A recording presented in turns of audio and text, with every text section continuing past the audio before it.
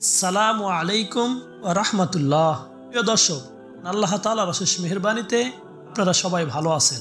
আজকে আমি আপনাদের মাঝে এমন একটি আমলের কথা বলবো, আপনারা যারা খুব পেরেশানির মধ্যে আছেন, যারা সবচাইতে কঠিন বিপদে আছেন, টেনশনে ও দুশ্চিন্তায় আছেন, আপনারা মনের দুঃখ খুলে বলার মতো কেউ নেই, সময় এই দোয়াটি পড়ুন, আপনার সকল সমস্যার সমাধান হয়ে যাবে ইনশাআল্লাহ। আমরা হয়তো দোয়া সম্পর্কে জানি, কিন্তু দোয়াটির ফজিলত সম্পর্কে জানি না। আজকে তাদের জন্য আমার এই ভিডিওটি, দয়া করে ভিডিওটি না টেনে শেষ পর্যন্ত দেখুন। এমন একটি আয়াত যা পাঠ করা শুরু করলেই সব পেরেশান, দুঃখ, কষ্ট সাথে সাথে দূর হয়ে যাবে। অনেক সময় মানুষ দুঃখিত হয়, পেরেশান হয়, দুশ্চিন্তাগ্রস্ত হয়, ভাবে আমি একলা, আমার বিপদে পাশে দাঁড়ানোর মতো কেউ নেই, মা বাবা অনেক আগেই দুনিয়া ছেড়ে চলে গেছেন, কোথায় যাব, কে মনের দুঃখের কথা বলবো, এতে আমার মনটা হালকা হবে। মানে এমন এক অতি সহজ দোয়া আছে যে দোয়াতে প্রশংসা, ফজিলত স্বয়ং আল্লাহ তাআলা বয়ান করেছেন, যেমন সূরা আম্বিয়া 88 নম্বর আয়াত। তো হলো, তারপর আমি আহ্বানে সাড়া দিলাম এবং তাকে দুশ্চিন্তা থেকে মুক্তি দিলাম। আমি এমনিভাবে বিশ্ববাসীদেরকে মুক্তি দিয়ে থাকি। সূরা আম্বিয়া 88 নম্বর আয়াত।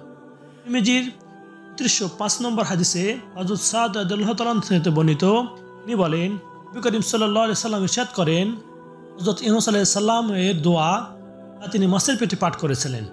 দোয়ার দ্বারা যখনই কোনো মুসলমান দোয়া করেন, আল্লাহ তাআলা তা কবুল করে নেন। সুবহানাল্লাহ।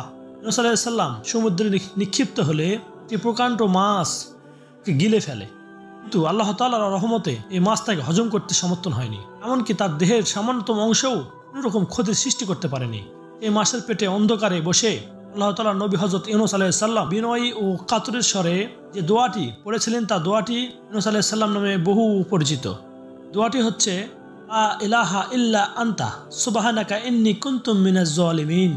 সূরা আম্বিয়ার 87 নম্বর আয়াত। নবী করিম সাল্লাল্লাহু আলাইহি সাল্লাম ইরশাদ করেন, আনজুল উম্মালের এর কোরআনে মসজিদের একটি আয়াত 3 বার বিশ্বাসের সাথে পড়ে নাও, আল্লাহ তাআলা দুঃখ ভরা ক্লান্ত হৃদয়ে প্রশান্তি ঢেলে দিবেন।